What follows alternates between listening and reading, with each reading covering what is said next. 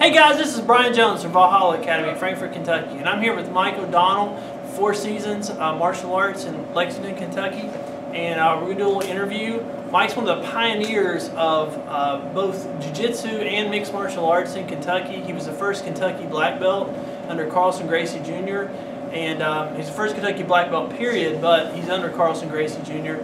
And I'm just going to ask him a few questions. I'm here at 4 Seasons right now. There's a competition team, the fight team practice going on in the background. I appreciate you having me out, Mike. Oh yeah, most definitely. So I'm just going to ask a couple questions. Basically, you've been doing this for a long time. You know, we both have been in this for a while. So how did you get started in jiu-jitsu, and what was it kind of like in the old days when you first started? There was very a lot of unknown variables. You know what I'm saying? Right. I think it was probably 2 years into training before I actually even seen like a triangle from the mount. It was like, oh my God, you can triangle someone from the mounted position, you know? Right. And then like the #1 finish was like, you know, forearm across the neck. You know, it was pretty crude and brutal. It was fairly brutal, and it really weeded out people that probably could appreciate the art that we're doing today. You know, because it's definitely a much more collared approach. You know what I mean? We're trying to educate the people before we have them doing any hard sparring or anything like that. You know what I mean? It's training patterns, overpower, and basically getting them comfortable from all these positions and stuff. And back in the day, it was just like, you know, every day they'd walk out, another guy would walk out, and he'd be like, well, I guess he was a pussy.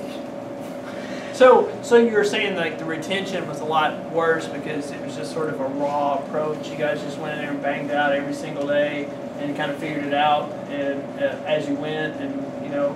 Yeah, and I mean, we had a lot of passion for what we were doing, but you know, at the same time, we were all very, very limited in our skill sets. And you know, some people that worked harder, you know, they got movements on their own faster, but there was just very little tutelage. Like no one was there to say, well, you should move your hips a little or get your head up to avoid the triangle, or I mean, things that people take for granted today. And I'm not saying that we shouldn't up the level and things shouldn't evolve, but I mean, it was pretty crude. So I mean, people, you know, got taken off the mat, you know, at least once a week. It was like, well, I guess he ain't built for this stuff, you know what I'm saying? And that's pretty much how we, you know, everybody that I started with that ended up being part of that first real string of, you know, real BJJ guys, they came from that elimination process. So they're still around because, you know, they're built pretty damn tough, you know. Everybody else is weeded out, you know, and now it's, you know, people, I don't want people to go through what I went through. You know, I want, you know, I like to teach people and see their eyes light up, like, oh, I can make it easier, you know what I'm saying? And you know, we had Carlson coming back and forth. I would go up there every 6 months, he'd come down every 6 months, give or take a few months, but approximately there was a 3-month period where I didn't see him, and it was hard on me, and you know, financially it was an investment, and a lot of the times, I mean, years and years of investment, and it wasn't because it was something that was cool or, you know, or fashionable whatsoever. It's just like, it was just this group of people. It was a very small group of people across the country that was interested in what we were doing. In the very beginning, I mean, what really turned me to Brazilian Jiu-Jitsu, and I'm not saying I'm anti any art. At this point, I wouldn't consider myself a representative of any one art. You know what I mean? I think there's a lot of ways to express combatives, but I would definitely say coming from the Chinese martial arts,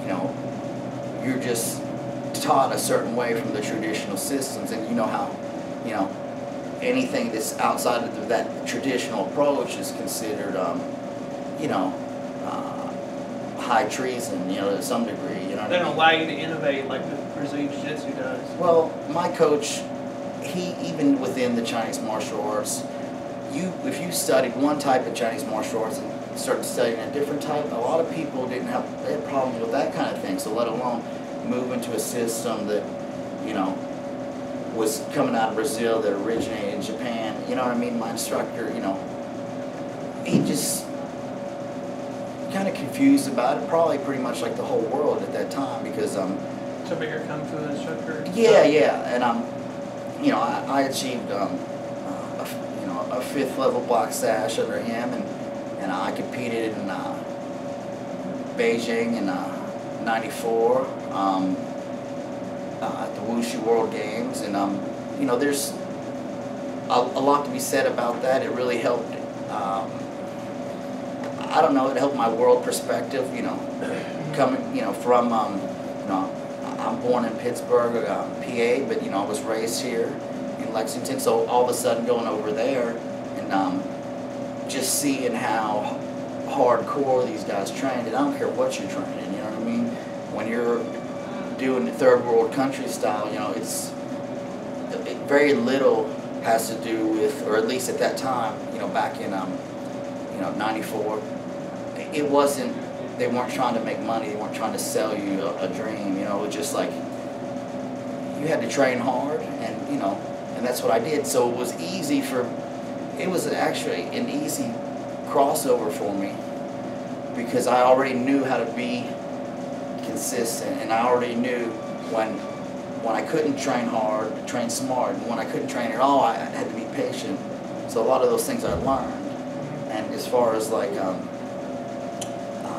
my drive and wanting to be the best I can be, and not so much like I want to dominate everybody, every class. It wasn't really about that. It was just I held myself at a high standard. Like I wanted to be able to reach my highest level of expression of jiu-jitsu, you see. So basically that experience, you know, coming back over here, you know, I trained in Chinese martial arts and Chinese wushu for just a little over 10 years, so it was like the childhood thing, you know what I mean? You know, starting around 9, 10 years old, and then it was almost like I just found myself, I was kind of lost. It was like, what am I going to do? It's like, what am I going to do now? What am I going to do now? And I can compete in the national circuit and stuff like that. And there's a lot of people that competed in NASCA and some of those circuits, and they end up friends of mine that I mean, they're professional stunt doubles and stuff to this day. You know what I mean? And that's, people got a lot of work in that line. You know, doing stunt work and stuff from where I was coming from. And I just kind of was introduced to this jiu-jitsu stuff, and I knew I liked it, and I knew I could be good at it, because I knew it took the same things, consistency and patience. And I was just like, kind of like at this point, I was like, do I want to be, you know, some superstar, you know, stunt double, you know, and have someone take my girlfriend's popcorn, you know, or just, you know, right, you know, Barney Rubble stunt double, you know, or something like, you know, I got you. or just, I'd just rather be a nobody that can just defend myself. And I kind of reached that spot where I was just like, you know, I just want to be able to defend myself, and if that's all I can do, then I'll be happy with that. And I'm not saying I was bullied or anything, but the power of jiu-jitsu, once you start learning, it's amazing, the mechanics behind it, and it just, you know, my mind completely absorbed it, and I was just like completely hooked. I mean, there was a good 10 years, probably 96 to 2006, good 10 years where I was on the mat literally 6 to 10 hours a day, unless it was a holiday, and then I was only on the mat for 4 hours. You know what I'm saying? Well, I remember coming by and like you and I mentioned Aaron Basil because he was a big factor early on. Yeah, you know, it was a great foil for me. Exactly, he was a guy that really pushed your mental toughness, and I just remember we used to have some brutal training sessions. You know, it was just all training all the time. I mean, you were in it long before I was, but yeah, Basil's mentality was he was there to run you off. You know what I'm saying? And he was a bigger version, you know, of pretty much all the guys there. There was a few bigger guys, but you know, he possessed, you know, a greater understanding of the jiu-jitsu. He took the time to get on the airplane and fly. There wasn't YouTube, there's airplanes, so you had to fly on the airplane. And then you know, different times we even you know, we would pay purple belts to come in from, I mean, we had like 3 purple belts from Texas come in, and they didn't make much money, but I mean, they probably, for being a purple belt, you know what I mean, they probably walked out of the club with $1,000, you know what I'm saying? There was 2 of them, you know what I mean? right. And they just, and they were training with you know, a black belt at that time, and basically it was just like we were pioneering. I mean, we were paying a big price to bring this product in, and you know, we were paying it, you know, with our bodies. You know what I'm saying? Because when you don't have a certified instructor, and when I say certified, I don't mean they have a certificate. I mean they know what they're doing. When you don't have that kind of instructor, it's like you're going to get hurt all the time because you don't have someone there to say, hey, stop. Okay, no, do it like this, or you're not ready to do that type of submission lock. I'll tell you when you are. So you're training hard, but not necessarily smart. Not smart at all. Right. Yeah, and it was like you would think that our goal was like, how many members can we run off this year? You know what I'm saying? Yeah. And it wasn't necessarily the goal, but my goal, and several of the people around me, we were just trying to get good the way we knew how. And you weren't really running it as a business. You were running it because you loved the sport and you loved the art and you wanted to get better at it.